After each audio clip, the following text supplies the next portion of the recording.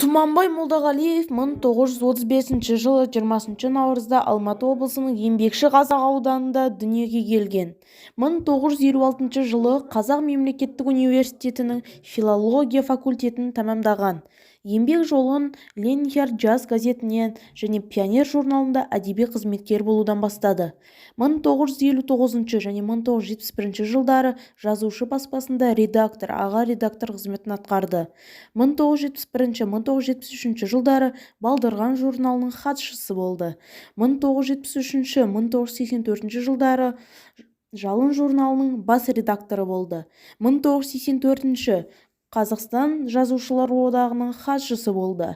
1986-2011 жылдары, яғни өмірінің соңына дейін Балдырған журналының бас редакторының қызметін атқарды.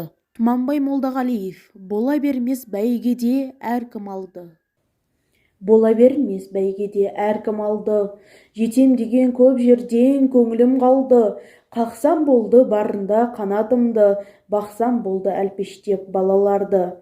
Болам деген ойым жоқ мүлдем ірі, қуанышым өлкемнің гүлді өңірі. Келер елдің бағындай көрінеді, немеремнің бір нәрсе білгендігі.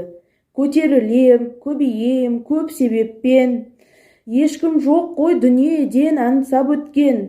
Бәрін көріп көзіммен, ал сөзіммен көмектесіп соларға кетсем әттең.